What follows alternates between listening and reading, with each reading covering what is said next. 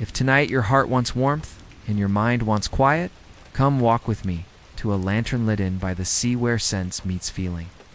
And love learns to breathe slow. The ocean outside the harbor inn breathes like a big, gentle animal, exhaling foam onto the pebbled beach and drawing it back with a soft, shushing hush. It's early evening. It's the kind that wears a gray-blue sweater of low clouds and promises the kind of sleep you only get when the world finally agrees to be tender. Through the front windows of the inn, 2 warm lamps glow like coins at the bottom of a shallow stream, and the wooden sign creaks on its iron hook, turning with the breath of a wind that smells faintly of salt and pine. If you stand on the porch and close your eyes, you can hear the ropes humming on the masts down at the little marina. And underneath that, the faint music of plates and silverware as somebody in the kitchen stirs a pot and scoops something that will taste better than the kind of hunger you brought here. Nora Ellison sets her suitcase down on the porch boards and listens, long enough for her shoulders to stop holding their constant guard and drop a little, as if the wind itself has found the tense thread at the base of her neck and teased it loose. She has flown across 2 time zones and driven a rental car along a coastal road where maples leaned in close, showing her their last green days before autumn. She told herself this trip was sensible. There were numbers on a page that added up to "you need a break." And a doctor who said the same thing with patient eyes that didn't accuse her of weakness. She likes the word sensible. It has saved her 100 times from decisions that would have set her life ablaze. She likes lists, budgets, timetables, and the agreeable logic that tells her where she'll be in 6 months if she does what she said she would do. Still, something else brought her here to something less easy to itemize. Her phone sits dark in her coat pocket, heavy with the absence of anyone who might insist on interrupting tonight.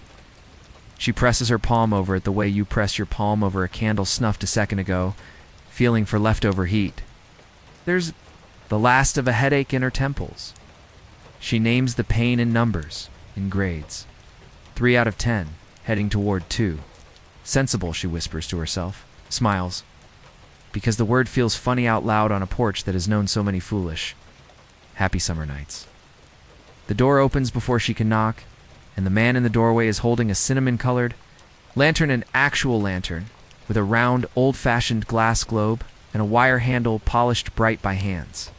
He has the kind of smile that looks like it's already heard the joke and is excited for you to get to the punchline. His hair is a lazy ocean of curls, and his eyes are the kind that see you, not the resume. Reading that eyes in the city learned to do, but the slower inventory of whether you're cold, whether you've eaten, whether your suitcase is heavy and your day was heavier.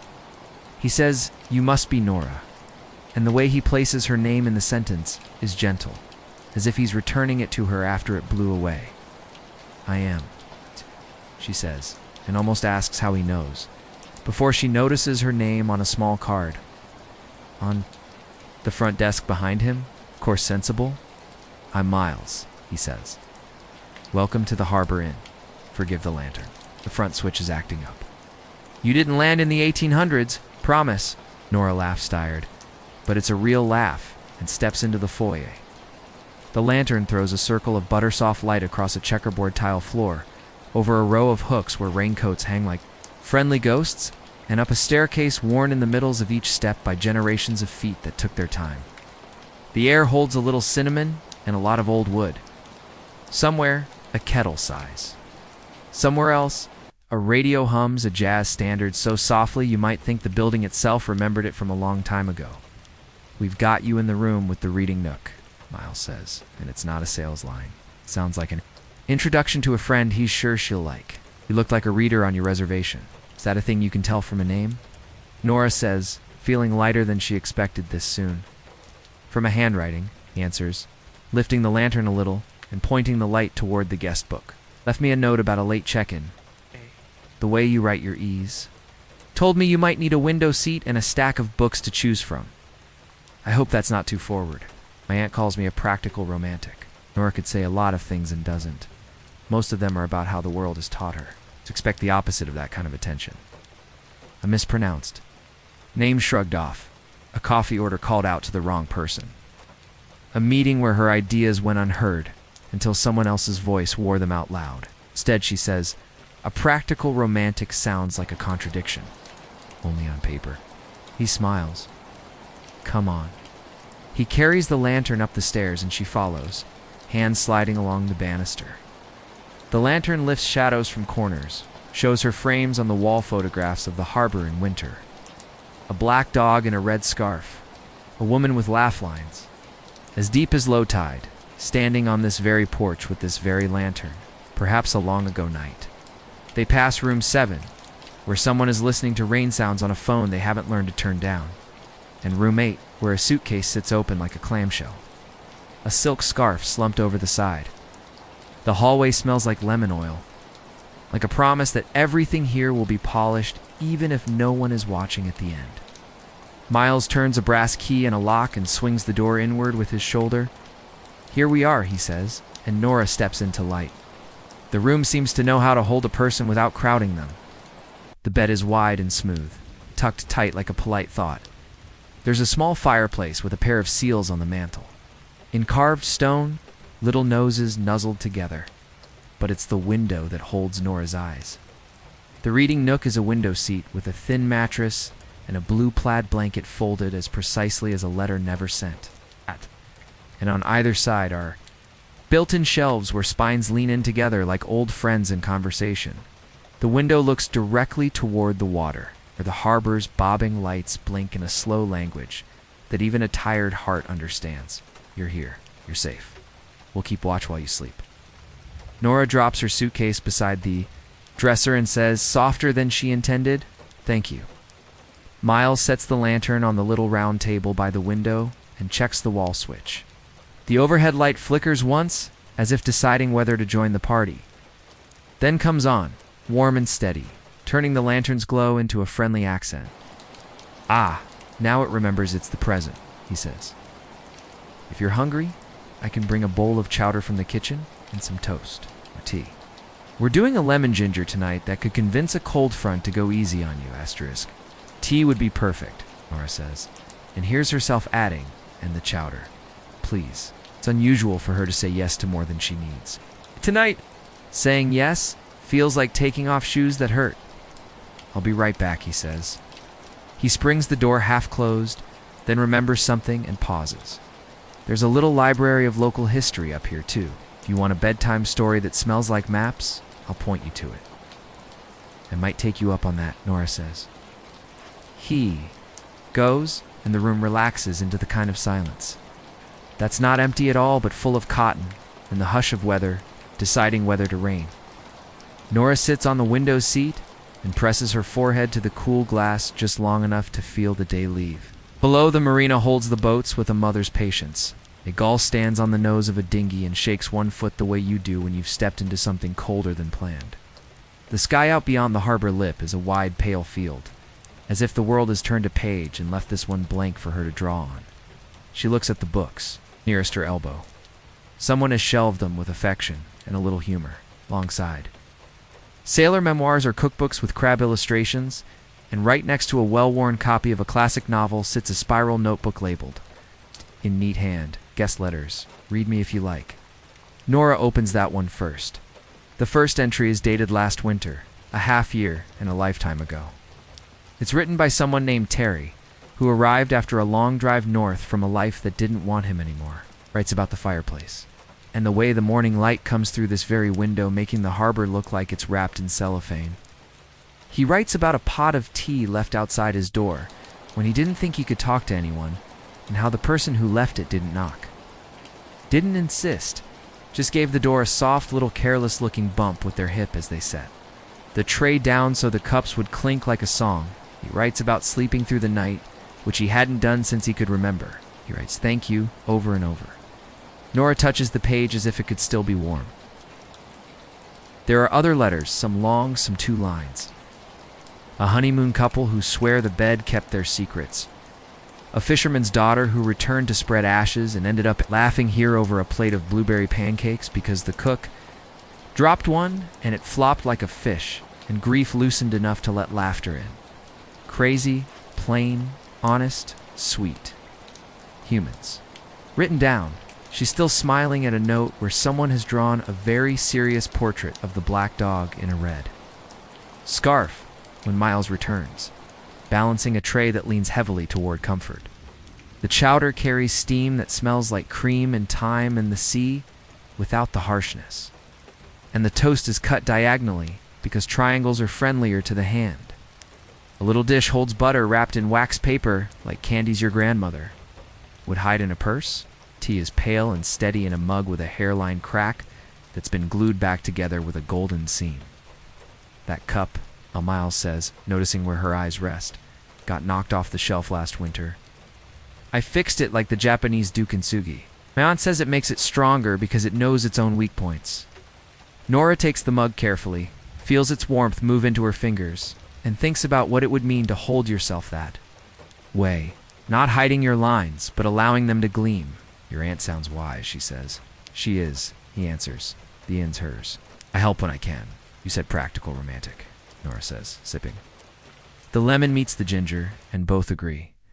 To treat her kindly, Miles nods toward a chair and then sits on its arm instead, easy with the boundaries of a good host. My day job is running a little letterpress studio up the road, he tells her. We set type by hand tiny pieces of lead and wood, and print invitations and poems and whatever else people want to make last longer than a screen, my aunt calls it old-fashioned. I call it honest. Nora imagines him holding a lowercase a between his fingertips like a butterfly. And the lantern? She asks, glancing at the globe that still glows for the pleasure of it, even now that the ceiling light is cooperative. That's hers, he says. She says when you carry a little light, you find people who need it. Letters again, of coffee left without a knock. Of the way someone who knew a stranger was scared, chose to be kind, and then let them come to the door on their own time. She has 1,000 models for efficiency. She has fewer for grace. I think she's right, she says. He smiles, a small curve like a comma inviting her to go on, and then he stands. I'll let you eat, he says, because a good host knows when to withdraw. There's a binder by the bed with a few local walks. The sensible stroll goes out along the North Pier and back. The Follow Your Nose trail takes you through the bakery, district where they're either baking cinnamon rolls or committing some other pastry crime every night around 9. Either way, morning on the harbor is something I recommend, as if I invented it. Which one would you take? Nora asks. And here's the way that question sounds in her own voice, like an invitation to choose feeling over plan, at least for an hour. Miles pretends to weigh both options in his hands. Tonight, I'd say the sensible stroll, he decides. Straight line out, straight line back. Let the sea reorder your thoughts. Then tomorrow, follow your nose. It's a good rhythm, sense and sensibility. We are allowed both. The way he says it makes something in Nora's ribs unlock like a tiny door with a key she didn't know she had. Then I'll try that, she says. Thank you for the tea and the lantern pep talk. Anytime, he says, and when he lifts the tray's empty corner with his free hand, she notices ink under his fingernails, a soft vellum smudge on his thumb. The details that tell the truth about a life. If you need anything, dial 0. If you need nothing, don't. Both are fine. When he's gone, Nora eats the chowder slowly, saving each spoonful the way you save good songs for late in a road trip. She butters toast to the edges because she has decided that tonight she will not be the kind of person who stops at half measures. The tea opens her sinuses with a mother's touch. She watches a single light cross the by a boat returning, late, careful as it slides into its slip. Sensible stroll, she tells herself. It means it like a promise to finally do something that uses her feet and her lungs, and not just the circuitry of her crowded mind. She changes her city shoes for sneakers and wraps the blue plaid blanket around her shoulders like a cape, laughing at herself as if her mirror could see her. The hallway is quiet. The rain sounds person has found a beach without thunder now. She tiptoes down the stairs. The front desk is empty, but there's a note on a little stand that says in handwriting she recognizes from the guest book. Back in a minute. Leave your worries in the basket. Beneath, a basket woven from beach grass holds a small folded index card that reads, "Tracy job interview tomorrow. Please be brave." Someone else has placed a pencil stub next to a square of paper and written Dad's test results. Whatever they are, we'll handle it. Nora reaches into her coat pocket and feels the shape of her phone again, the way it has trained her to. Be always available, always on. Carefully, with a little smile at the absurdity of big gestures, she writes, "Let go," folds the paper once, tucks it under the corner of the other two like a sleeping child. Outside, the porch boards speak. To her in a friendly creak, the wind meets her face and cleans it, the way a lake cleans a stone. She tightens the plaid around her shoulders and steps down to the path that curls around the inn like a comma. The marina is to her left, the pier a dark finger pointing into a darker hand. A string of lamps along the boardwalk makes a dotted line for her to follow. And she does. One step, then the next, then the next. Until her walk finds its rhythm and the sounds around her arrange themselves into a song, her body remembers how to hear ropes rub wood. Water answers, a flag clicks itself against a pole, a fish jumps and leaves a circle behind like the idea. Of a pearl, Nora walks to the end of the North Pier, where a metal bench sits with its back to the town and its gaze fixed on whatever the sky will decide to do. She sits and lets her breath come in and out, and the bench holds her without asking questions. She thinks about the woman who trained her back when she was making coffee in college and learning how to show up on time and smile even when the machines jammed.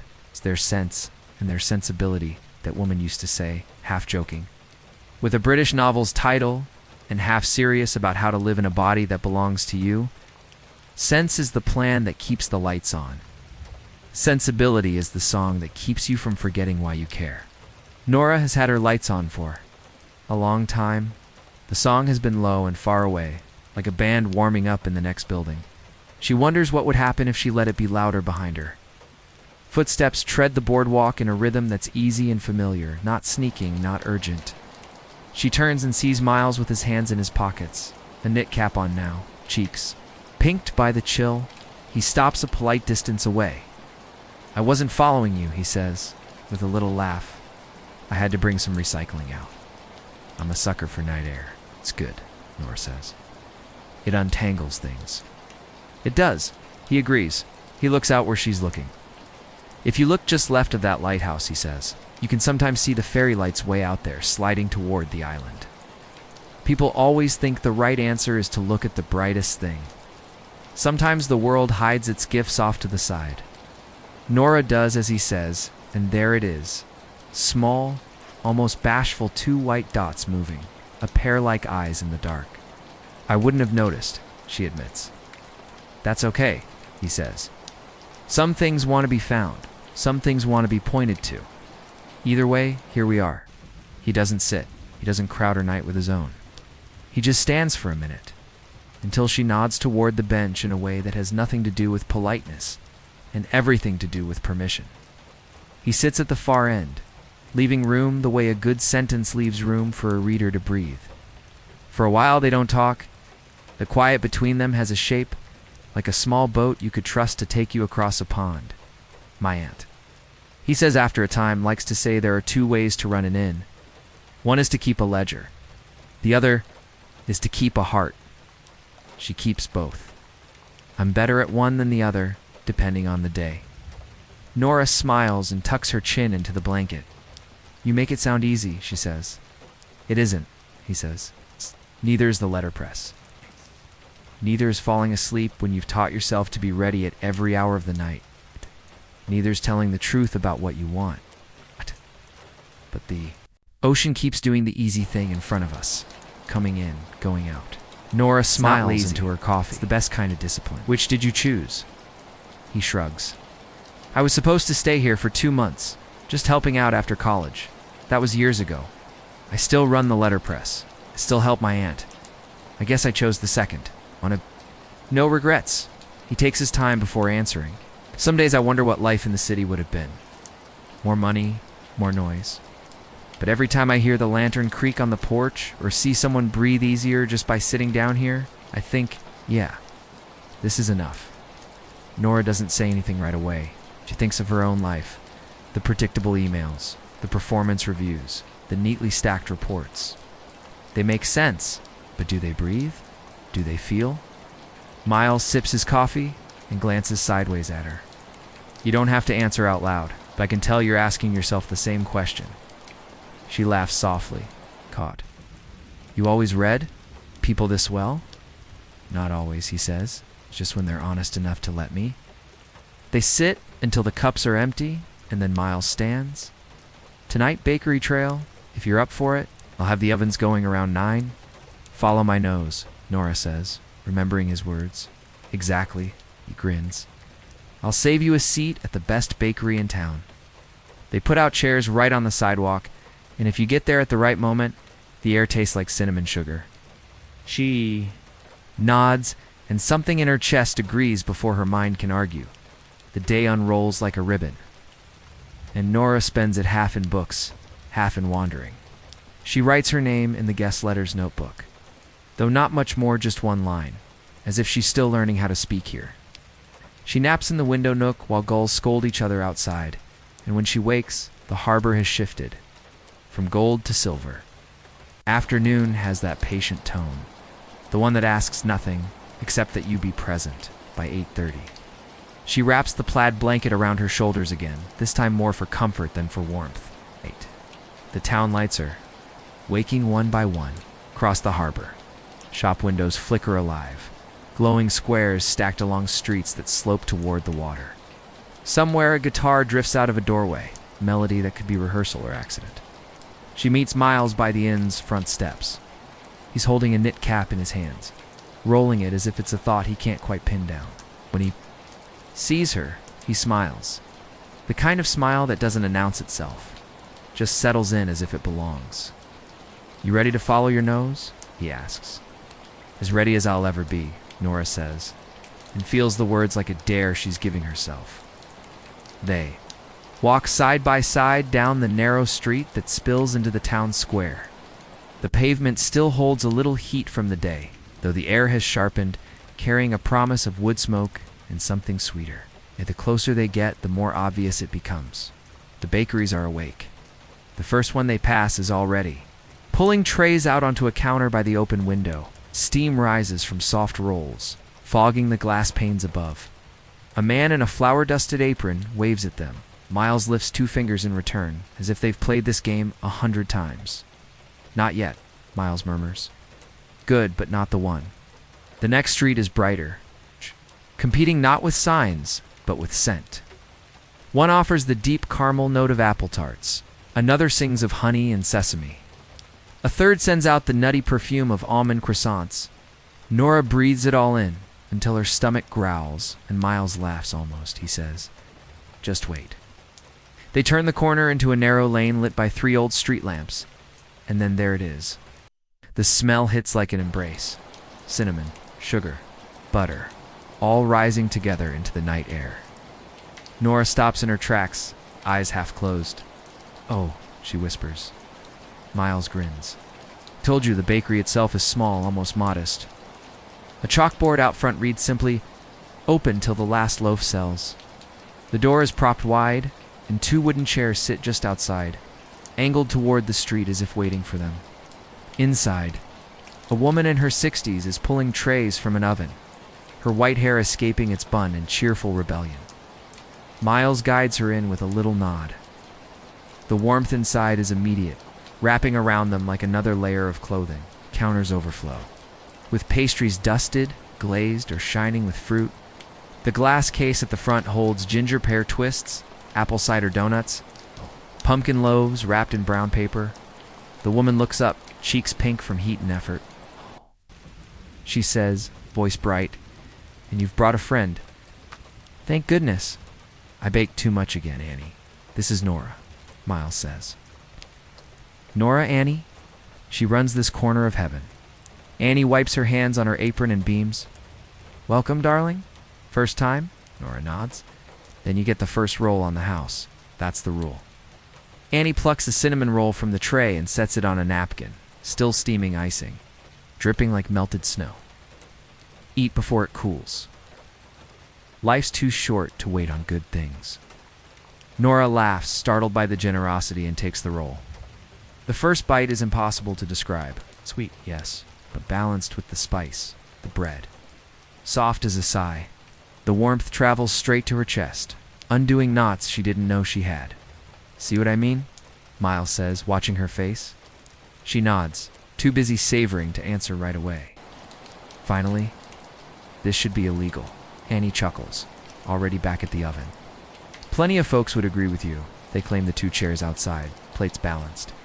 On their laps, cups of cider. Miles insists they try. Around them, the street hums gently. A couple walking a dog, a teenager biking by with a basket of bread balanced precariously, laughter spilling from a nearby tavern. This feels like, I don't know, Nora says. Like the world slowed down just for tonight. It does that, Miles replies. Oh. He leans back, stretches his legs, looks at her without hurry. You said last night you needed some ocean discipline. I think cinnamon. Discipline counts too, she laughs, almost spilling cider. Cinnamon discipline, I like that. For a while, they eat in silence, letting the night do the talking. The street lamps flicker a little, moths orbiting their glow. Music drifts again. From somewhere this time, a fiddle, sharp and quick. Then Miles asks, so what do you do? When you're not letting bakeries seduce you? Nora hesitates, the way she always does when that question comes. The answer is simple consulting, data analysis, corporate logic, but here it feels like naming colors in black and white. Still, she tells him, numbers, reports, schedules, and... Do you like it? He asks gently. I'm good at it, she says. It's the automatic answer. Then, after a pause, liking it. That's different. He doesn't push, doesn't fill the silence. Just nods as if he understands the distance between the two. Sometimes being good at something is a trap, he says after a moment. The world keeps rewarding you, so you never stop to ask if you actually want it. Nora thinks about that, sipping her cider. The words land in her chest like stones skipping water. What about you? She asks, the letterpress. Do you always want it? Not always, he admits. Some days, I curse the ink stains, the tedious lines of type. But then a print comes out perfect, something you can hold, something that will outlast the screen's end. I remember why, he glances at her, eyes catching the lamplight. It's not about never getting tired. It's about choosing what you're willing to get tired for. That thought sits between them, warm as the cinnamon rolls. Nora tucks it away, knowing she'll return to it later when the inn is quiet. A breeze passes down the street, lifting the scent of sugar into the night sky. Annie waves from the doorway, handing another tray to a young man with flowers still on his cheeks. The town feels both alive and at peace, like a lullaby played on fiddle strings. Nora leans back in her chair and lets the moment sink in. No deadlines, no rushing. Just sweetness, conversation, and the company of someone who seems to see her without demanding she be more or less than what she is. For the first time in a long time, realizes she isn't thinking about what tomorrow requires. She's thinking about how tonight feels, and that, she decides, is sensibility. The cinnamon warmth lingers in Nora's chest, long after she and Miles leave the bakery behind. The walk back to the inn is quieter, less chatter from taverns, fewer passers-by. The town folds itself into night, like a quilt being drawn up over a sleeping child. Street lamps flicker. Window shades fall. By the time they reach the harbor, only the water seems awake, shifting and sighing as if rehearsing for something bigger. Nora notices the clouds first. They've thickened, drawn closer, darker. The horizon wears a bruise-colored line, and the breeze that had carried sugar and spice earlier now tastes metallic. It's like the first note of rain. Storm coming, Miles says softly, almost admiring. You sound pleased about that, Nora replies, pulling the blanket tighter around her shoulders. Storms? Keep the harbor honest, he says. They remind us the ocean's in charge. Plus, he grins sideways. They make for good stories. Back inside the harbor inn, the common room glows brighter than the night deserves. Guests cluster near the fireplace, mugs in hand, murmuring in that collective hush people adopt when weather looms. Annie from the bakery has sent a tray of rolls, and the black dog in the red scarf sits like a sentinel by the hearth. Miles excuses himself. To help his aunt with storm prep securing shutters, checking lanterns, and Nora finds herself curled. In the reading nook of her room, book open but eyes drifting more often to the window. The first drops spatter the glass in uneven rhythms. Soon the wind lifts, rattling the panes, tugging at the eaves. The harbor lights blur, then vanish behind.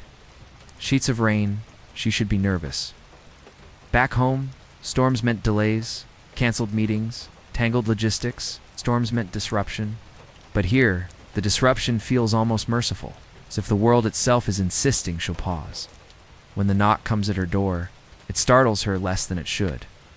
She opens it to find Miles, hair damp at the edges, lantern in hand again. "You." "All right," he asks. "Fine," she says. "Just watching." He nods toward the hallway. "Come downstairs." "Don't. Power might go out, and it's better company by the fire." Nora follows him. The stairwell smells faintly of damp wood, the storm pressing its weight into every crack. Downstairs, the fire blazes higher now, flames snapping at shadows. A few guests have pulled chairs closer. Someone is telling a story about the last big storm, laughter cutting through the thunder.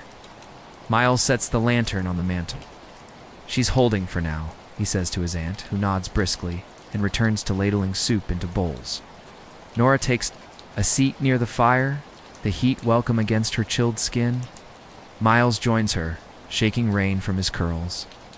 For a while, they sit like the others, silent witnesses to the weather's performance. The thunder rolls low, more growl than crash, vibrating through the floorboards. Lightning flickers, illuminating the harbor for a heartbeat before erasing it again. Then Miles leans toward her, voice low, so it belongs only to them. "Storms always remind me of printmaking," he says. Nora blinks at him, amused. "That's a strange comparison." "Not really. You set the type, ink the press, apply pressure. The storm does the same, arranges, presses, leaves a mark. Sometimes it's messy, sometimes it's beautiful. Either way, when it passes, nothing is quite the same." She thinks about that, watching the lightning sketch the bay again. "Do you like that? The not the same part? Depends," he admits. "But usually, yes. Change means we're still alive." The honesty of it disarms her. She sips the tea someone placed in her hand without asking, its heat anchoring her. "I've spent most of my life trying to prevent change," she says softly. Miles tilts his head, eyes steady. "How's that working out?" The question isn't cruel. It's gentle, curious. Nora laughs, a little bitter at herself. "Not great." Thunder answers for her, louder this time, shaking the inn's windows. The dog by the fire lifts his head but doesn't move, trusting. Nora envies him as the night deepens. The guests drift off one by one, some upstairs to their rooms. Others stretched on couches, lulled by the fire and the storm's endless percussion. Finally, it's just the two of them awake, the lantern casting a soft pool of light on the table between their chairs. Miles reaches into his pocket and pulls out a small square of heavy paper. He sets it on the table. The light catches embossed letters. "Be steady, and the sea will steady too." "Yours?" Nora asks. "One of my prints," he says. "I keep them in my coat. Never know when someone might need a reminder." She touches the card, feels the raised texture under her fingertips. The words are simple, but they land deep. "You just give these away.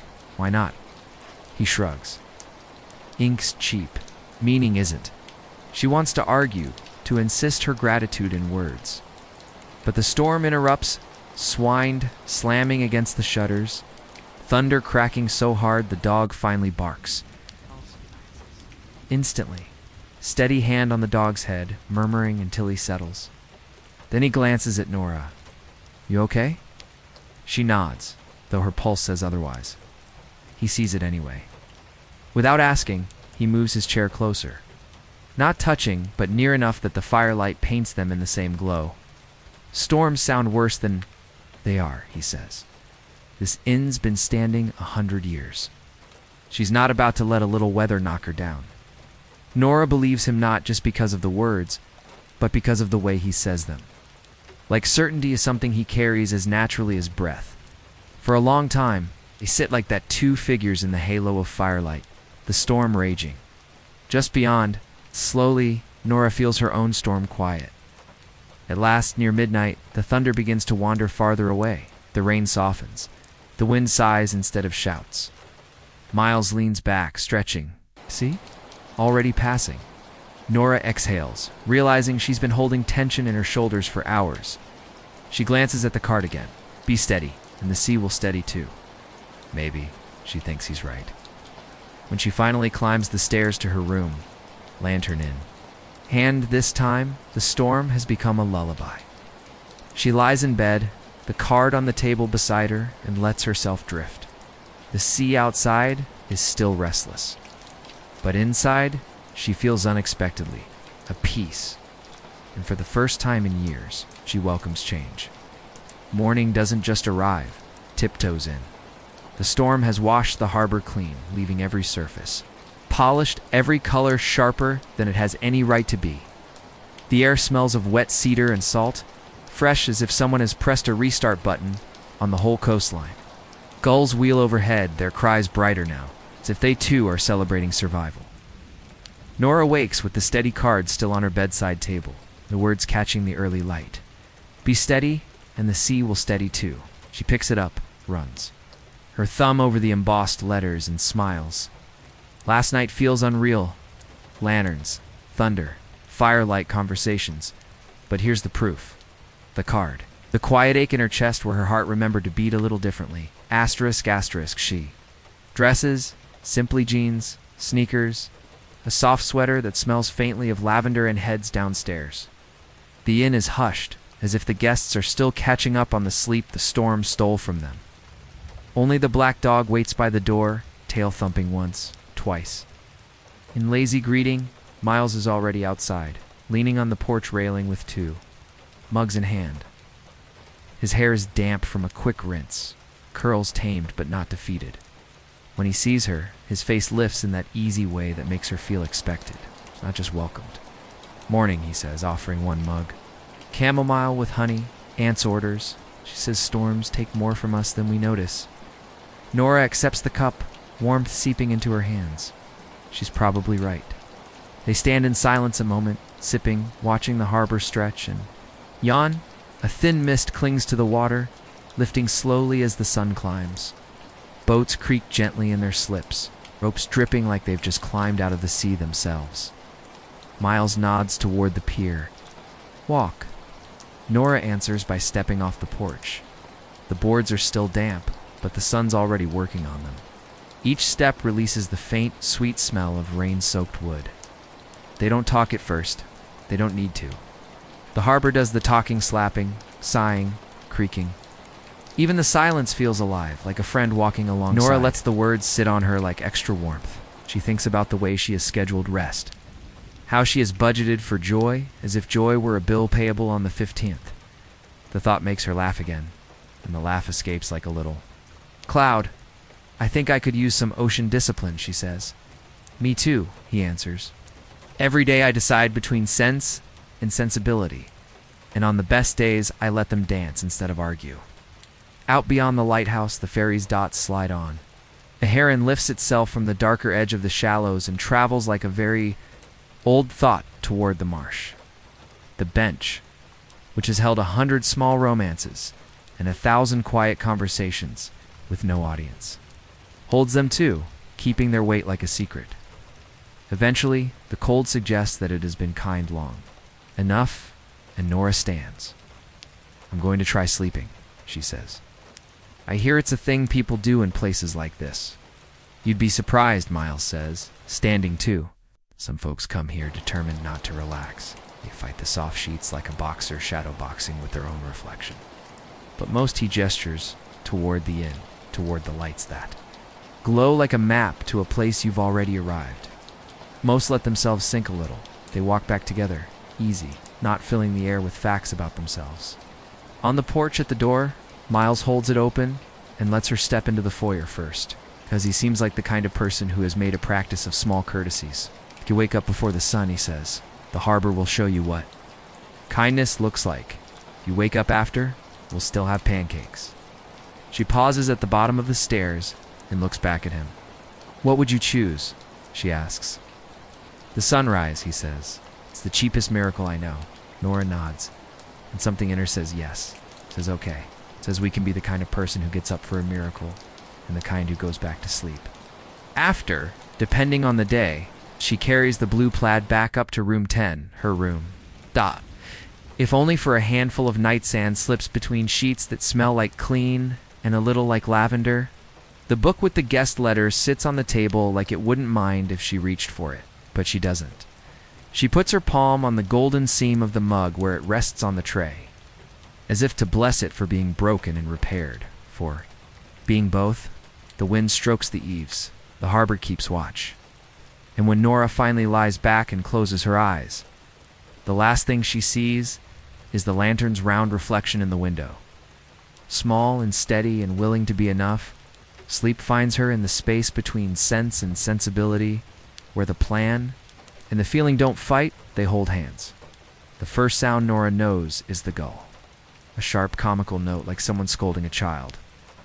And the second is softer, the low hum of water pressing against wood, the harbor's heartbeat.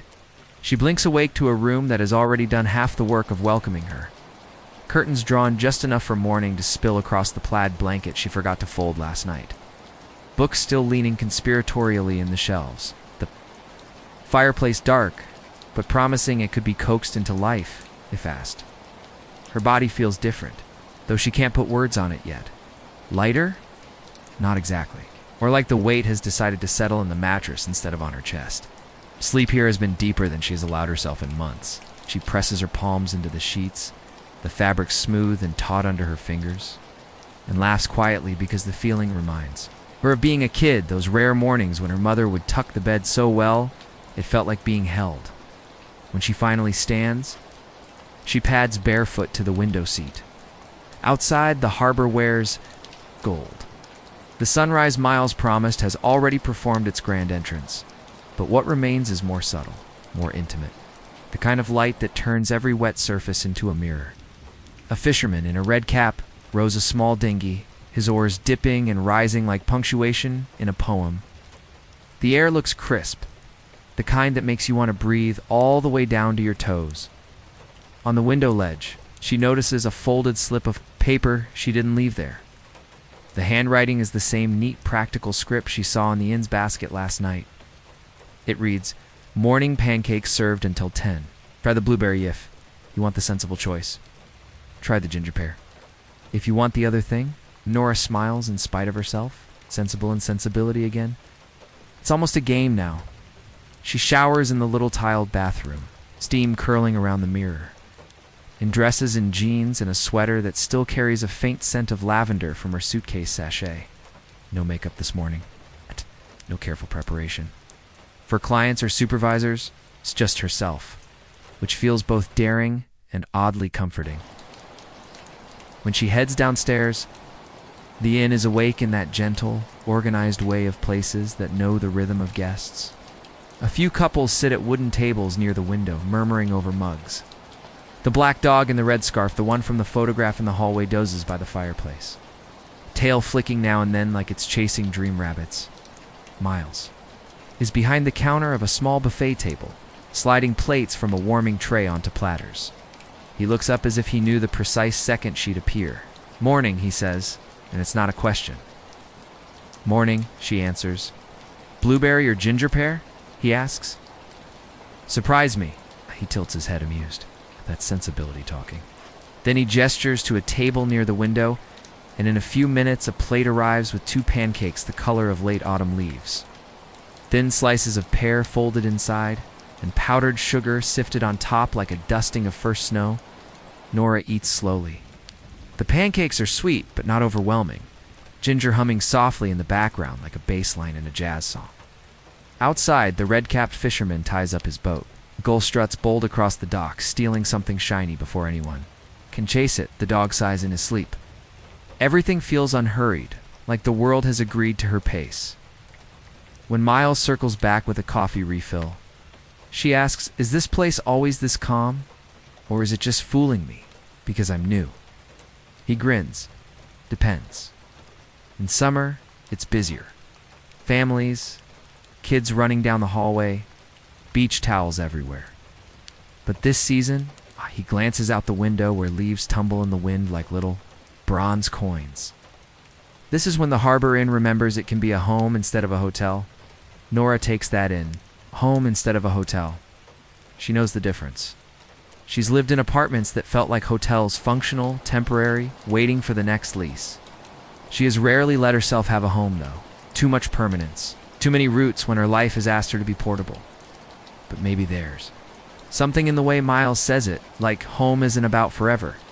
It's about how a place holds you for the night and says you're safe.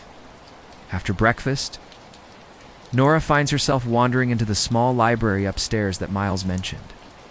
The shelves hold books about lighthouse keepers, sea storms, maps that curl at the edges. But there's also a leather-bound journal marked simply, Harbor Inn Histories. She opens it and discovers entries written not by guests, but by generations of innkeepers. Notes about blizzards when travelers stayed extra days, about weddings celebrated in the common room, about storms that took shingles from the roof but spared the lantern, is less a record and more a love letter to endurance. Asterisk as she reads, Nora feels herself exhale again, deeper this time. She realizes how much of her life has been spent in efficiency crossing off lists, calculating margins, proving worth. Here people have kept records, not of efficiency, but of memory. The story's worth telling again, even when no one asks. Later, she slips outside to the pier, retracing her sensible stroll from last night, only now under daylight. The boards feel sturdier with the sun on them. The sea less mysterious, but no less beautiful.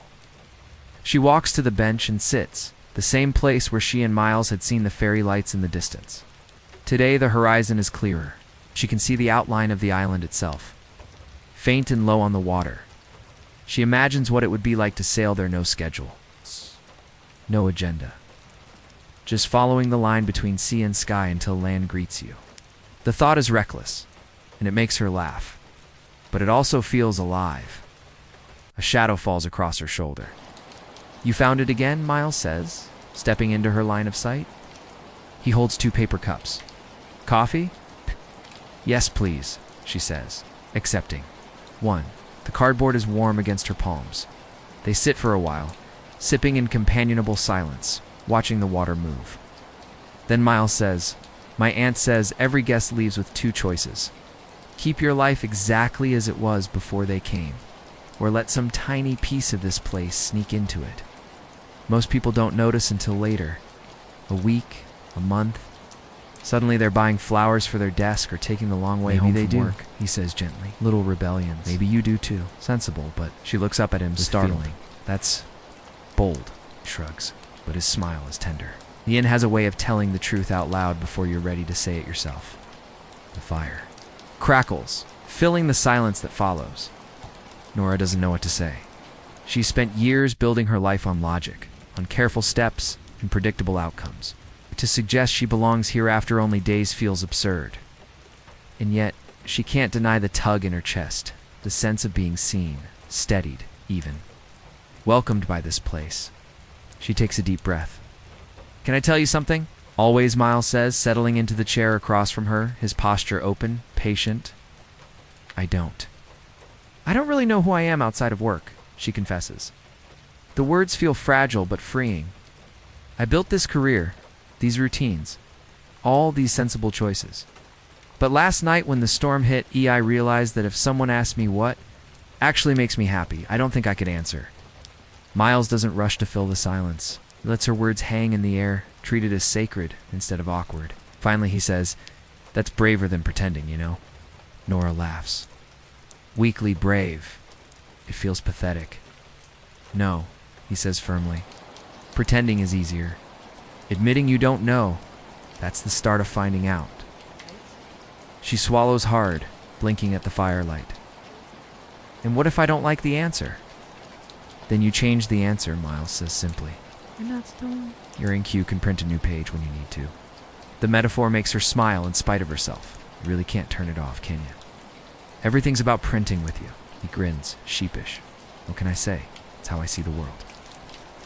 But I mean it. You get to decide. Maybe not everything, but enough to matter. For a long while, they sit in silence. The fire pops. The dog sighs. Somewhere down the hall, a floorboard creaks as someone shifts in bed. Finally, Miles leans forward, elbows on his knees. Can I tell you something too? Nora nods. I'm scared of leaving, he admits quietly. Everyone thinks I stayed here because I'm content, and mostly I am.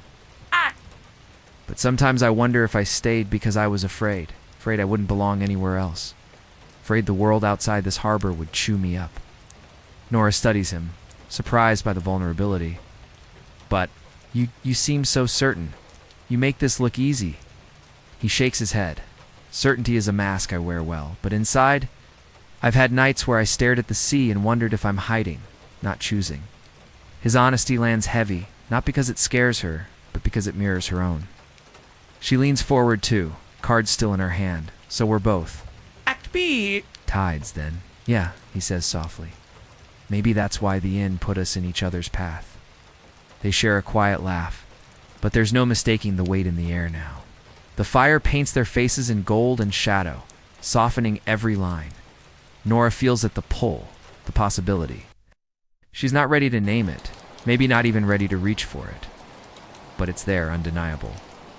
She sets the card down on the table between them, deliberate. Maybe sense keeps us safe. Maybe sensibility keeps us alive. But maybe both are easier with company. Miles's eyes meet hers, steady, unflinching. He nods once, slow. Maybe they are. The dog stirs, curling closer to the fire. In creaks around them, old wood shifting as if it approves. And Nora feels, for the first time in years, that she is not alone in her uncertainty, that someone else is willing to share it, to hold it gently with her. It's not a declaration. Not yet, but it's enough. And as the flames fade lower, she realizes that sometimes confessions don't need answers. Sometimes they only need a witness. The fire has burned low, embers pulsing like tiny hearts in the grate. Guests have long since drifted to their rooms, the hallways silent except for the occasional creak of old beams settling into the night. The only sounds left are the steady rhythm of the sea outside and the deep, contented breaths of the dog in the red scarf. Still curled by the hearth, Nora rises slowly, card still warm in her pocket. The words etched deeper into her mind than the paper could ever hold. She stretches, stifling a yawn, and when she glances toward the mantel, the lantern is there again, waiting as if it knew this was the moment. Miles notices her gaze, stands, crosses the room, and lifts the lantern by its handle. Oh, the glass. Glows faintly amber, light bending around the room in soft arcs. Come on, he says quietly, almost conspiratorial. Let's take a walk. A walk. Nora laughs softly. It's midnight. Exactly. The harbor at midnight is different. Quieter, honest, trust mule, want to see it. She hesitates only a moment before nodding. Sense would have sent her. To bed. Sensibility, curiosity. Hunger for something beyond schedules draws her to the door. They step outside together, lanterns swinging between them. The air is cool, but gentle, washed clean by the storm. The stars are out in reckless abundance. Scattered diamonds across a sky still damp with midnight blue. The moon hangs low, fat and golden, brushing the water with a path of light that looks like it's been painted just for them. The inn behind them glows with sleepy windows. The town is hushed, shops shuttered, boats rocking in slow rhythm.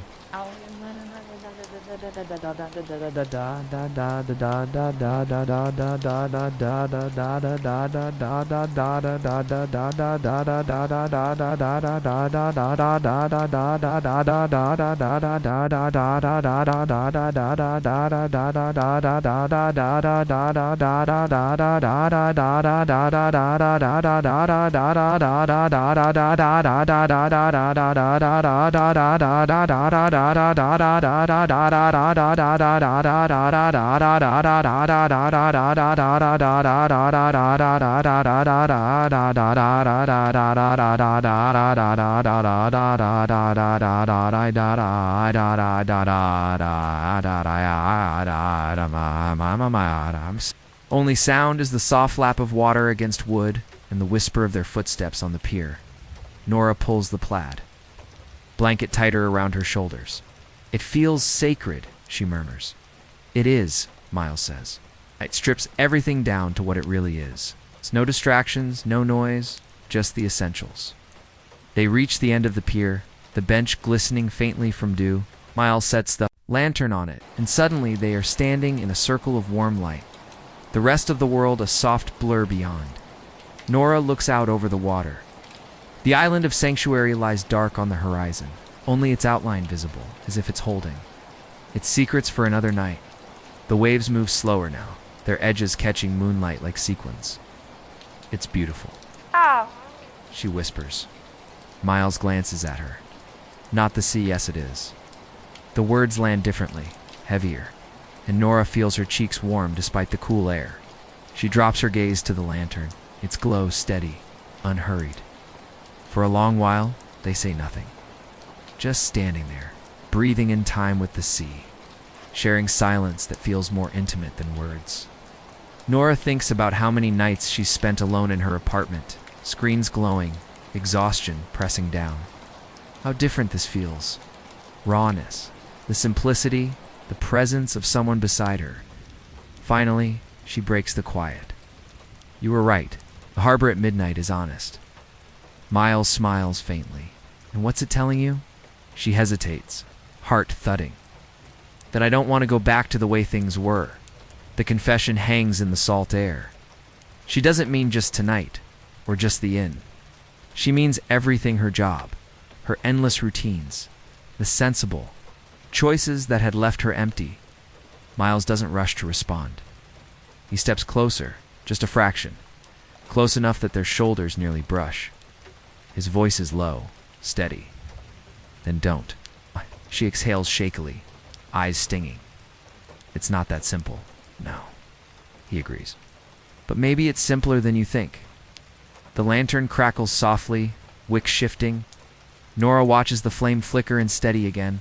She thinks of the storm, the journal entries, the stories of people who found their lives remade by this place. She wonders if she's standing in her own turning point now. Do you ever regret it? She asks, suddenly. Staying, choosing this instead of everything else. Miles tilts his head, considering. I regret the days I forget why I chose it, but not the choice itself. And tonight his eyes flick to hers, catching the lantern's glow tonight reminds me why. The weight of his gaze holds her in place. Something unspoken stretches between them, as fragile but strong as a rope drawn tight. Asterisk, asterisk, the dog barks once in the distance, startling them both back to earth. They laugh softly, the tension easing but not disappearing. Miles picks up the lantern again. Come on, he says. There's one more thing to see. He leads her off the pier, along the narrow path skirting the harbor. The lantern bobs, casting pools of light that ripple across the stones. They walk until they reach a small bluff overlooking the sea. From here, the entire bay spreads out before them. Men, town, island, all bathed in moonlight. Nora catches her breath. Looks infinite. Exactly, Miles says. Storms, choices, doubts. They all feel smaller from up here. The sea reminds you there's more room than you think. They stand together, shoulder to shoulder, watching the waves roll toward forever. The lantern glows between them, a tether to the earth. While above them the stars scatter without restraint, Nora feels it again, that pull, that possibility. The sense that something in her life is shifting, and that she's no longer afraid of it. She doesn't reach for his hand, not yet. But she doesn't step away either. And in that space between, something undeniable is born. They walk back from the bluff in a silence that isn't empty at all, just full of things they don't need to say yet. The lantern swings between them, throwing an amber circle that drifts over stones, fence posts, the sleeping backs of moored boats. When they reach the porch, Miles hangs the lantern on its iron hook and leaves it lit. Like a humble little moon doing a faithful impression of sunrise, the big says softly, hand on the door, drowsy and old and like he's reminding her of a promise, a contented and doesn't want to make it heavy. Sunrise. She echoes, and the word lands in her chest with the pleasant weight of something simple and right. She doesn't sleep long, and that's fine. Rest has been arriving in patches since she came here, good patches, like warm quilts. In her room, she sits in the window nook with the plaid blanket gathered around her shoulders, watching the lantern on the porch burn itself into a small, steady oval against the glass. She could reach for her phone, but she doesn't. She could list pros and cons, but she doesn't. Instead, she opens the guest letters notebook, licks the tip of the pencil her grandmother's habit, borrowed tonight for luck, and writes slowly. I came to the Harbor Inn to be sensible. I am leaving with sensibility stitched into the lining of my coat. If you are reading this and wondering whether life can be soft and still be true, try the lantern walk at midnight. Try the sunrise after a storm. Try the cinnamon roll while it's too hot and the tea while it's still patient. Try letting the sea hold a worry or two for you. It's good at that. And when she finishes, she reads it once, embarrassed by her own sincerity, and then smiles, because trying not to feel has been her sport for years, and she is, frankly, tired of winning that particular game. She closes the notebook and rests, her palm on its cover as if blessing a loaf before it goes in the oven. The harbor keeps breathing. Her body matches it. Somewhere below, a tiny sound click. Pause.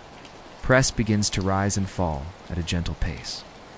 It takes a second for her to place it, but when she does, she laughs. The letter pressed, of course. Miles is the only person she's met who would wake before dawn to print a feeling. The hallway is dusky. The boards cool under her feet, but the air is warm and waking. In the common room, the fire has been coaxed into a low, considerate flame.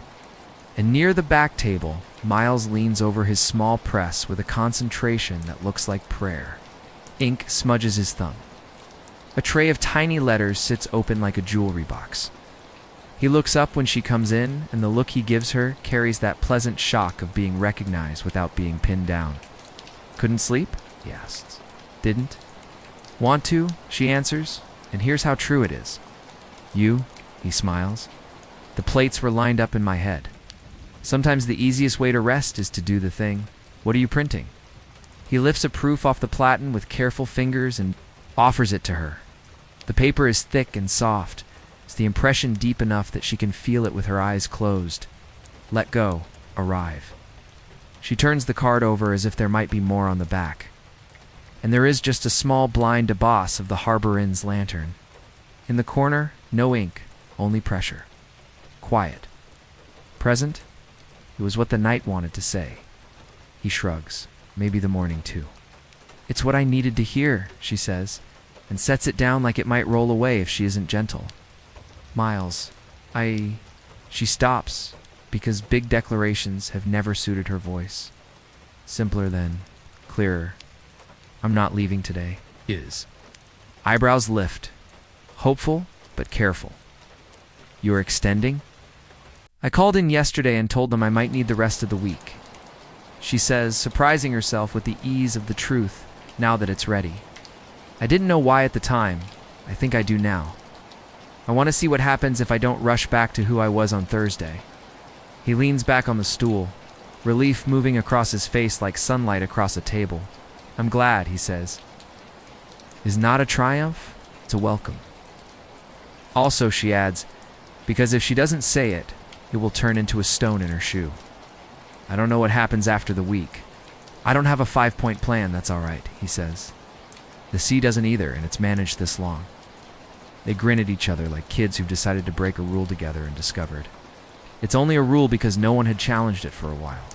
The dog in the red scarf ambles out, gives them each a look that seems to say, finally, and flops down with a sigh that would win medals if sighs could be judged. When the clock by the stairs clears its throat softly at 5, Miles stands, wipes his hands, and nods toward the door. The miracle, he says. The cheapest one, she answers. And she means it like a vow to collect the affordable wonders from now on. Outside, quiet expectancy hangs over the harbor, the kind of hush a theater wears in the second before the curtain rises. They bring 2 mugs tea for her, coffee for him, and step into air that carries a clean slice of pine. Boo! The water is a dark, patient thing. The line of the island is a shadow with edges gentled by mist. They walk to the end of the pier and sit, steam coiling up from their cups like questions that don't require answers. The bench is cool through her jeans. The wood smells the way memory sometimes does, damp and sweet and honest. She tucks the plaid blanket around her shoulders and then shares an edge of it with him. So the 2 of them are stitched together loosely by blue and white squares. It is an intimacy so small and so enormous that she feels her ribs widen to make room for it. In the east, the gray lifts a little. A foolish gull announces itself, ropes tap rhythm against masts. And then the line of the world brightens, as if someone backstage has found the right switch. Gold, then rose, then a pale slice of citrus above the places where the evergreens make. Their most stubborn stand, the water catches it, offers it back, doubles it, triples it, polishes it into coins and scatters them. Nora's breath hitches and finds a new, slower cadence. She doesn't clap. That would be wrong. She does what the harbor has been teaching her to do. She arrives fully. Her mind, which has been an outrunner for years, trots back to stand with her body and look. They match at last. Miles doesn't talk through the light. He sits with it, lets his own face be opened by it, and if his shoulder leans into hers a little more, that is not commentary, but participation. Ow. The sun clears the low cloud, spills itself without hurrying, and when the light finally crosses their knees, the dog sneezes in protest and then settles, which makes them both laugh out loud, the kind of morning laugh that has cereal and socks and long days in it, when the harbor is properly awake and the gulls have moved from commentary to opinion. They stand. Miles tips his mug toward the island. Sanctuary's quiet today, he says. I think it's listening, she says. To what? To us, she replies, and is not embarrassed by how earnest she sounds. Being cool has subcontracted itself out to younger versions of her who need it more. Back in the kitchen, his aunt is already orchestrating the quiet ballet of breakfast.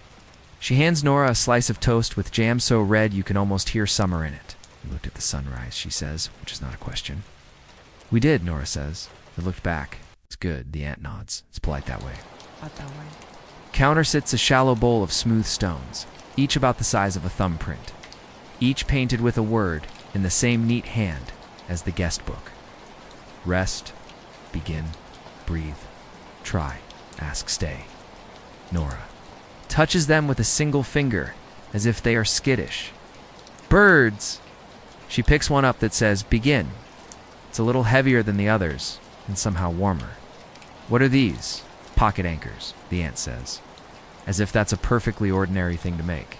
Take one if a day needs tethering. Nora slips.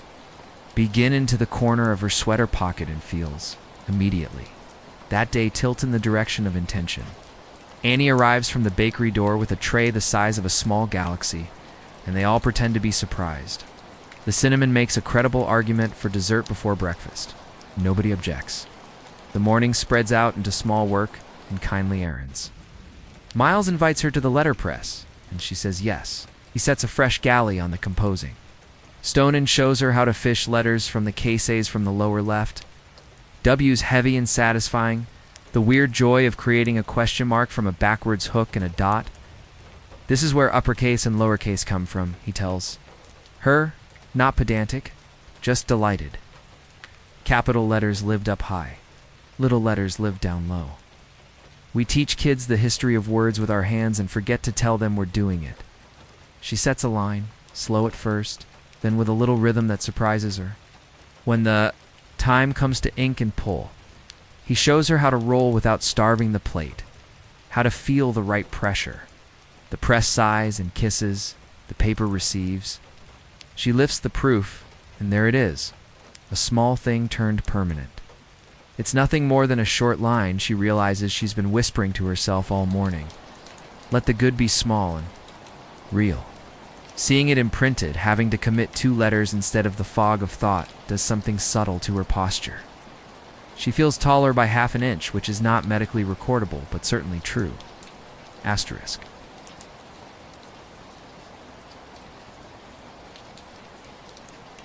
When they reach the end of the pier, they pause.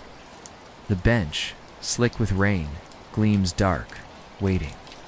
Nora wipes a corner with her sleeve and sits, and Miles joins her, setting both mugs down between them. It's different after a storm, Nora says softly. Everything is sharper, Miles agrees. Edges, colors, even the air. Like the world wants to remind you it's still here. Nora looks at him. Do you ever get used to it? Living with the sea, I mean? The storms? The calm after? Miles considers, squinting toward the horizon where the island is clearer now than ever. You don't get used to it. Get aligned with it. You learn the rhythm. Storms come, storms go. The sea doesn't apologize. And somehow that makes it easier. She turns that over, staring at the faint shimmer where water meets sky. I think I've been waiting for life to apologize, she admits. For the long hours, the loneliness, the things I missed while I was being responsible and never had. Did, she says, half-dash smiling. Miles leans back on the bench, stretching one arm along the backrest but not touching her. Maybe it's not supposed to, he says. Maybe we're the ones who have to forgive it. Forgive ourselves, too. The words settle in her chest like warm bread. She doesn't answer right away, afraid her voice will betray too much. Did. She watches the light shift on the water, slow ripples catching gold. A fishing boat chugs past, engine coughing cheerfully. The man in the red cap from yesterday raises a hand in greeting, and Miles waves back. Nora lifts her hand too, surprised at how natural it feels. You know everyone, she says. Small towns work that way, Miles replies. But it's not about knowing their names. It's about recognizing their rhythm. Like the harbor, each person has their tide. She tilts her head, and mine. He studies her for a long moment, but kindly, not invasive. You're between tides, he says finally. Part of you is ebbing, pulling back from the shore you've known. Another part is rushing in, looking for a new one. That tension, it's not bad, it just means you're alive. Nora exhales, shaky but lighter. You talk like a poet, you know. Letterpress makes you listen to words differently, he says. Hold them in your hands, they stain you. Hard not to take them seriously. Thinks of the card again. Be steady, and the sea will steady too. It doesn't just read as words anymore. It feels pressed into her. It's like ink under skin. The breeze picks up, cool, but no longer harsh, carrying the faintest scent of cinnamon from town. Annie must already be at her ovens. The thought makes Nora. Smile, Miles notices, hungry again. Always, she says, laughing. We'll head back in a minute. But first he points to the horizon. Watch. She follows his finger. Out near the island, a flock of birds rises suddenly, wheeling as one, white specks against blue. Behind them, the sun clears the last of the mist, spilling light like coins across the sea. The whole harbor flashes, every drop of water a mirror. Nora gasps. Not because it's rare, Miles has probably seen it 100 times, but because it feels like it was waiting just for her. Storms take. But mornings give back. For a long time, they sit there, not moving as the day fully opens.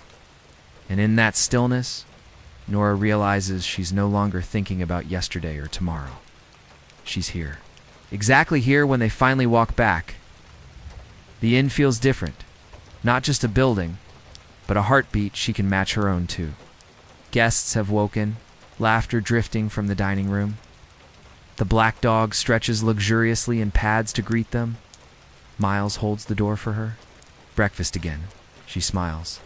If Annie's baking, always. And as they step inside, Nora feels something she hasn't in years. Not just rested, not just safe, but alive in a way that's both sensible and tender. The day rolls forward with an ease that surprises Nora. Breakfast is lively guests swapping storm stories. Annie herself delivering baskets of rolls as if she can't stand the thought of anyone leaving hungry.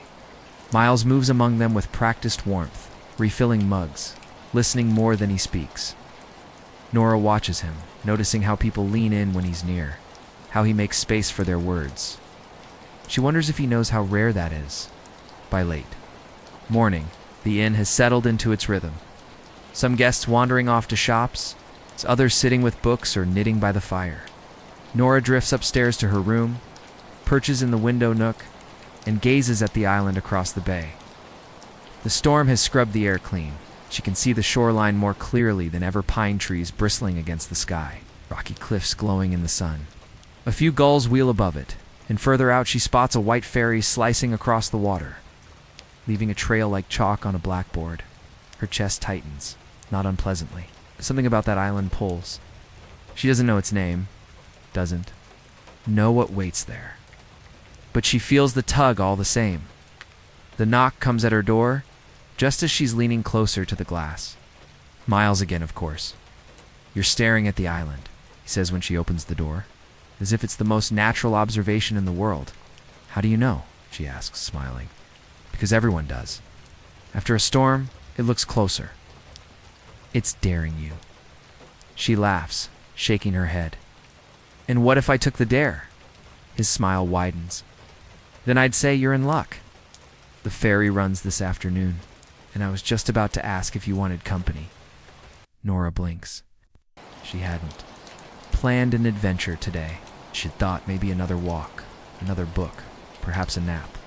But the island gleams at her from across the water, and Miles's invitation feels less like a suggestion and more like a thread she can't help but follow. "Asterisk company sounds good," she says softly. They meet at the marina an hour later, the sun high and the harbor bustling. The ferry is smaller than Nora expected, white paint chipped in places. Crew moving briskly with ropes and crates. Tourists with cameras cluster near the rail. Locals carry bags of groceries or parcels wrapped in. String Miles buys their tickets and leads her up the gangplank. "Best views from the bow," he says. "Less sheltered. More spray. But worth it." Nora follows, gripping the rail as the ferry shudders to life. The engine coughs, then steadies, and soon they're gliding out into the bay. The inn shrinks behind them, its windows winking in the sun like eyes that promise to wait. The wind out here is stronger, whipping Nora's hair, filling her lungs with salt and cold. She laughs out loud, startled by the exhilaration. Miles grins, bracing one hand on the rail beside her. "See? Worth it." The water churns beneath them, foam curling like lace. Gulls follow for a while, then peel off, their cries fading. Nora leans forward, feeling the spray dampen her cheeks, and for once, she doesn't mind the mess. "It feels freeing," she says. It is Miles' answers. "The ferry's like a bridge, but softer. It doesn't just move you across water, it shifts something inside you too." She studies him, the way his curls lift in the wind, the steady set of his shoulders. "Do you always talk like this?" "Like what? Like everything has a meaning?" Chuckles, eyes on the horizon. "Maybe, or maybe I just notice. The world's always talking. It's just whether we bother to listen. The ride takes less than half an hour, but it feels timeless." The island grows larger, green spilling down.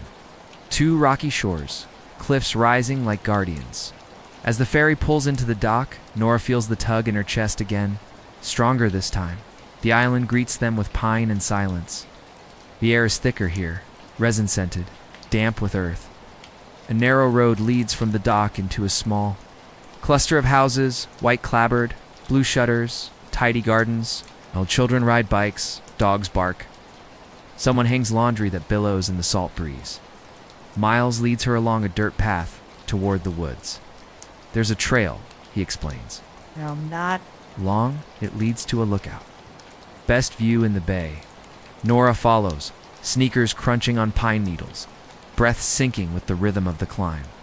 The forest is alive with soundbirds, wind, the occasional crack of a branch. Sunlight filters through the canopy in shifting patterns, dappled gold.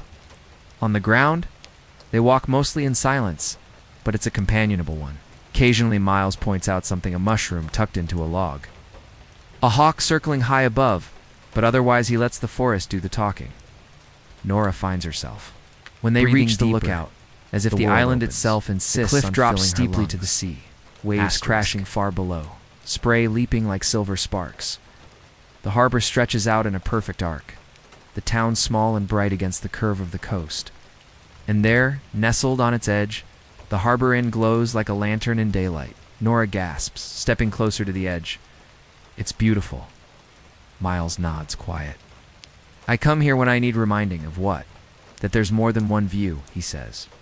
From the inn, the sea looks endless. From here, the inn looks small, but it's the thing holding the whole. Pictured together. Perspective shifts. Both are true. Nora stands still, letting the words sink in. She realizes she's been living with only one view, her spreadsheets, her deadlines, her careful sense of control. She hasn't looked from the cliff in years. For a long while, they don't speak. The sea does it for them, pounding rock, hurling itself against the shore, only to retreat and try again. The rhythm is relentless, eternal. Finally, Miles turns. Toward her. Do you want to know the island's name? She nods. Sanctuary, he says. Nora exhales, smiling. Of course it is. They stay until the sun begins to sink, gilding the water. Then they head back down the trail, ferry waiting to carry.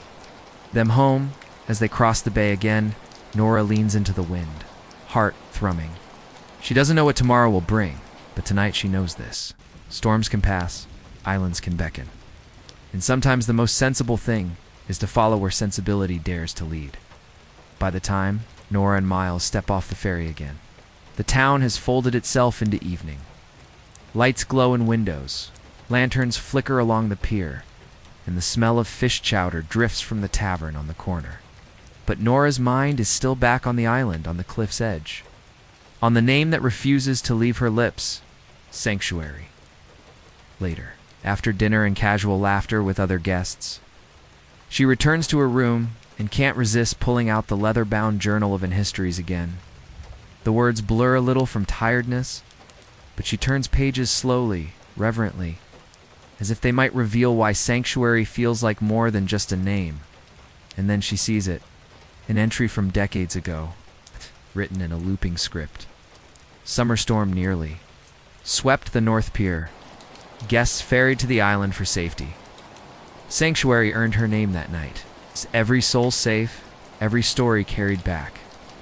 Nora sits up straighter. Sanctuary wasn't just poetic, it was literal. The island had been the inn's refuge, its safeguard. When the sea grew too wild, the next entry is shorter. Some stayed longer, built homes, raised children, said the inn gave them their beginning, but Sanctuary gave them their roots. The word sits heavy and warm in Nora's chest. She's never let herself have them too transient, too focused on what's next, to settle into what is. But here, people built entire lives from storms and safe harbors. A knock interrupts her thoughts. She expects Miles, but it's his aunt, the woman from the photograph on the porch. Older now, but with the same deep laugh lines. Couldn't sleep? She asks kindly, eyes flicking to the journal in Nora's lap. Not really, Nora admits. Found the entries about the island, about Sanctuary. The aunt smiles knowingly. Ah, so it's caught you too. Everyone who comes here feels it eventually. The island isn't just trees and rock. It remembers. Remembers what? God. Nora asks. People, storms, choices. The aunt steps into the room, lowering her voice as if sharing a secret. Do you know why we keep that journal? Because we don't believe in ledgers alone. Numbers fade. Stories last. She settles into the window seat across from Nora, eyes twinkling. My grandmother used to say, Sanctuary shows you the truth you've been ignoring. That's why some people can't stand it, they see too much. But others. She gestures at Nora gently. Others finally see what they've been missing. Nora swallows, her throat tight. And what if you don't know what you're missing? Then you wait, the aunt says simply, and you listen. The sea tells you eventually, the inn too. Even the storms sit in silence for a while, only the wind nudging at the shutters. Finally, the aunt pats her hand. Rest, darling. Sanctuary doesn't go anywhere. It waits. When she leaves, Nora stays awake long after, staring at the card Miles gave her. Be steady, and the sea will steady too. She wonders if steadiness is enough, or if perhaps she needs to be willing to drift, to let Sanctuary pull her closer. The next morning, Miles finds her on the porch. He has 2 mugs again, this time strong coffee that smells like it could power the tide itself. You read? The histories, he says, without preamble. She blinks. How do you? Everyone does. Sooner or later, everyone walks away with questions. Nora sips her coffee. Sanctuary. Feels personal. Like it's not just an island, but something more. Miles nods. For me, it's where I decided. To stay after college, I thought I'd leave. Chase bigger things. But one morning on Sanctuary, I realized the bigger thing might be smaller. He gestures at the harbor, the inn, the gulls arguing over scraps. So I stayed. And you've never doubted? Of course I have. But doubt isn't the enemy. It's proof you're awake.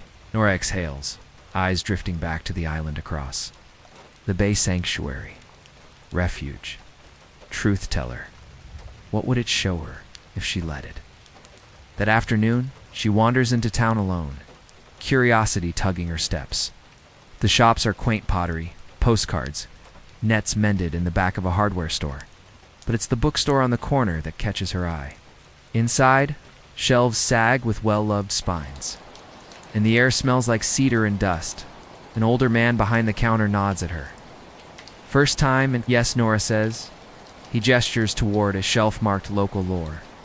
That's what you're looking for. Hesitates, then browses. And there it is again, Sanctuary. Slim volume, its cover faded. She pulls it down and flips through. Stories of storms, yes, but also of love. Couples who met during refuge. Children born on the island when ferries couldn't cross. Families who returned year after year because Sanctuary had become part of their blood. Asterisk one story makes her pause. A woman named Elise came to the harbor inn after losing her way. She feared she had wasted her life on work and forgotten to live. During a storm, she was ferried to Sanctuary. There she met a man who carved boats. She stayed. She said Sanctuary had reminded her that sense keeps you alive, but sensibility makes life worth it. Nora closes the book slowly, heart pounding. It feels too close, too deliberate, as if the story had been waiting for her. That night, back at the inn, she finds Miles again by the fire. He's setting type in a small wooden tray, pieces of lead arranged with meticulous care. What are you printing? She asks. He smiles without looking up. A new card. Haven't decided the words yet. Can I suggest something? Why? She asks, surprising. Herself always. She thinks of the story, the journal, the island. What about? Sense keeps us safe. Sensibility keeps us alive. Miles pauses, studies her, then he nods, slow and sure. That's good. That's very good. For the first time, Nora doesn't just feel like a guest passing through. She feels woven into the place, into its stories, its secrets, its truths. And as the fire crackles and the press waits for its ink, she wonders if Sanctuary has already begun its work on her heart. The inn feels especially hushed that night, as if the storm had stolen a little of everyone's energy and left behind only a desire for warmth. Guests cluster in corners with books or board games. The dog in the red scarf snores by the hearth, his paws twitching as though he's chasing rabbits in his dreams. Outside, the sea is calmer than it's been in days so calm. It seems to be listening. Asterisk Nora settles into her favorite chair near the fire. The leather's softened by years of weary travelers. She holds a mug of tea, fingers curled around it as if to keep steady. Across the room, Miles is bent over his small letterpress setup. He's been tinkering with it all evening, setting type, adjusting, pressing proofs onto scrap paper. At last he holds up a card, fresh ink, gleaming. He crosses the room and places it in her hands. Sense keeps us safe. Sensibility keeps us alive. Nora reads the words aloud in a whisper, her chest tightening. You really printed it. Of course I did, Miles says. Good words deserve permanence. Runs her fingers over the letters, feeling the impression pressed deep into the paper. He pins the proof to a string over the desk with a wooden clip. They feel like they belong. Let go. Arrive, and sense keeps us safe. Sense. Sensibility keeps us alive. The three form a little choir. Their chorus is not loud. It's correct. Later, with the noon sun, laying a neat square on the library rug, she calls her office. She does not announce sweeping resignations. She does not ask permission to exist. She speaks in measured adult sentences about unused leave, about a week that has already been approved, about the possibility of a longer remote stretch 3 more weeks, perhaps to finish a report without the hum of fluorescent lights. To her surprise, the person on the other end doesn't object. They sound supportive in that corporate way that is almost kindness and sometimes good enough. She won't decide everything today. Some decisions are a series of returns. When she hangs up, she stands still in the quiet library. The inn breathes behind the walls. The page she left open in the history journal flutters and settles. She presses the pocket stone with her thumb and thinks, begin. That will be her word for the afternoon, if it has to be her word tomorrow too. She will not scold herself for repetition. Seeds take their time. They walk again after lunch. No agenda. No timed loop, just letting their feet conduct the rest of them toward the marina and then away from it. And then toward the little park where a brass statue of a fisherman stares eternally at weather he cannot control. They sit on a low wall and split an apple from Annie as if it is a ceremony requiring witnesses. A kid rides by on a scooter, scarf streaming. The dog decides briefly to give chase and then thinks better of it, which is a lesson if you need one. Tell me one small thing you want, Miles says, out of nowhere, not as a test, but as an invitation to say something true in under 5 words. Nora looks at the apple core in her hand, at the clean bite marks, at the way the afternoon light decides to lay itself gently on the dock lines. A window plant I don't kill, she says, and then snorts at her own answer. In a playlist I only use when I make soup. He nods like these are as sacred and reasonable as pilgrimages. I want a kettle that whistles 1 note lower, he says. And a new ribbon for the typewriter so it can finally keep up when the words come fast. Do they, sometimes? She asks. They do, he says, and the quiet pride in that answer makes her glad in a way that has nothing to do with her. Everything to do with liking a person fully. They don't hurry back to the inn. When they do return, the common room has shifted into afternoon. A chessboard half played, a couple sharing earbuds, Aunt rethreading a lampshade with firm, efficient fingers. Nora finds the guest notebook again and writes a second line, shorter this time. Begin is enough for a Tuesday. She doesn't sign it. The handwriting will be its own signature to whomever needs it next. Evening makes a soft, reasonable case for its self-pink poured along the ridge of the harbor, the first lamps deciding to be bravely yellow again. Music murmurs from somebody's phone, not obtrusive, just a hum. Miles disappears and returns with a small, crackly speaker and sets it. On the mantel, jazz standard creeps carefully out and then remembers how to walk. The aunt, passing through, lifts an eyebrow. Right choice, she says, and keeps going. The dog steps on Nora's foot as if to declare ownership and then claims. The hearthrug with the authority of a being who understands where warmth comes from. For a while Nora reads, not because she needs to know what happens, but because reading here is like breathing differently. Lower, lower, better. Her mind drifts. A card on the table asks almost no effort to understand. Let go, arrive. It's not a command anymore. It's a description.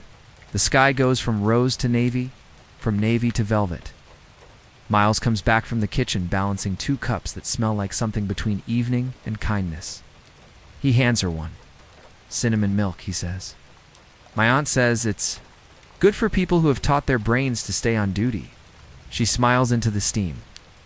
She's not wrong. They don't talk about the week ahead. They don't talk about the month after that. Instead, they let the radio play them into a quiet neither wants to interrupt. When a slow song that sounds like a memory wandered into the present slides in, Miles glances toward the cleared space by the window and then at her. Permission? He asks, palm open, not presuming. She sets the cup down and places her hand in his. They step into the little patch of floor like it's a place on a map you could move to.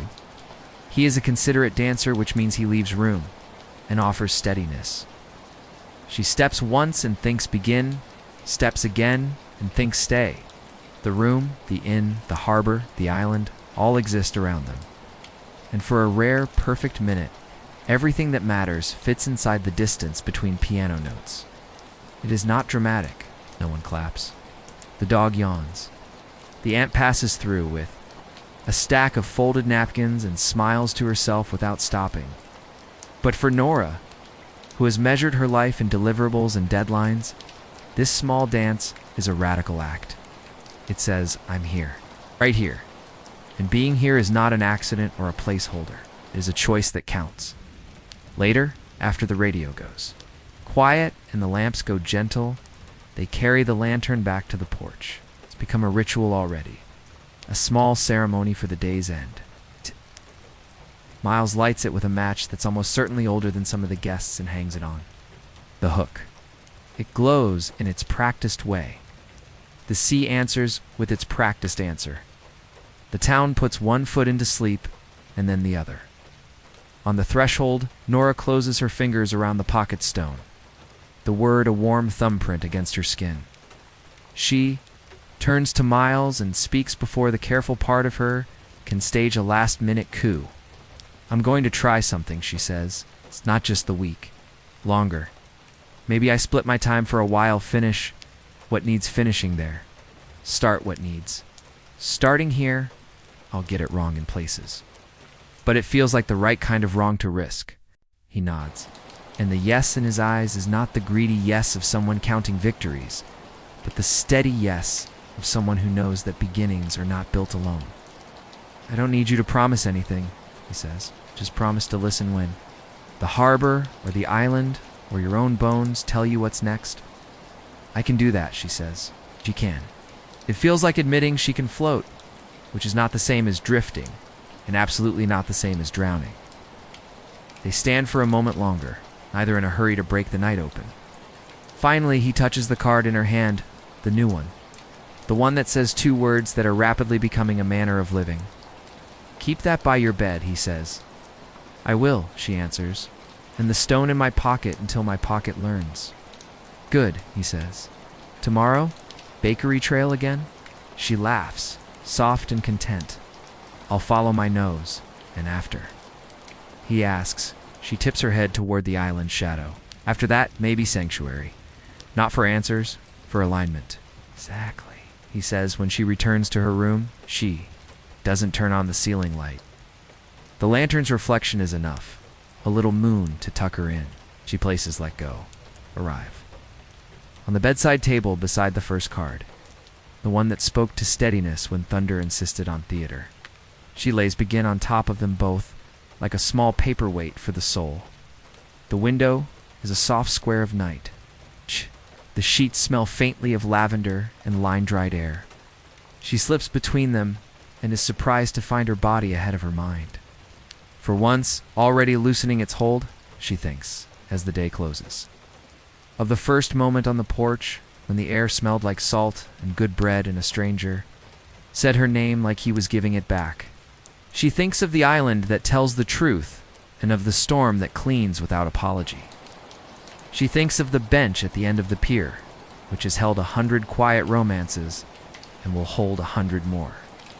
She thinks of the press that turns, thought into something you can touch, and of the patient smallness of a pocket stone that knows when to weigh down a fluttering hour. Let go. She whispers into the pillow, the words so light they barely move the fabric. Arrive. The harbor breathes, and so does she. A rope whispers against a mast in a rhythm older than worry. Somewhere below, the dog patrols the hallway once and then gives up, satisfied. The lantern holds its post as it has for years, as it will for years, offering the kind of light that doesn't demand to be noticed, only to be trusted. Between sense and sensibility, she finds the place she can sleep, and then she does deeply, calmly. With the particular peace that visits grown-ups when they have finally decided that safety and aliveness don't have to argue, they can sit together in a window seat and share a blanket while the page turns toward morning.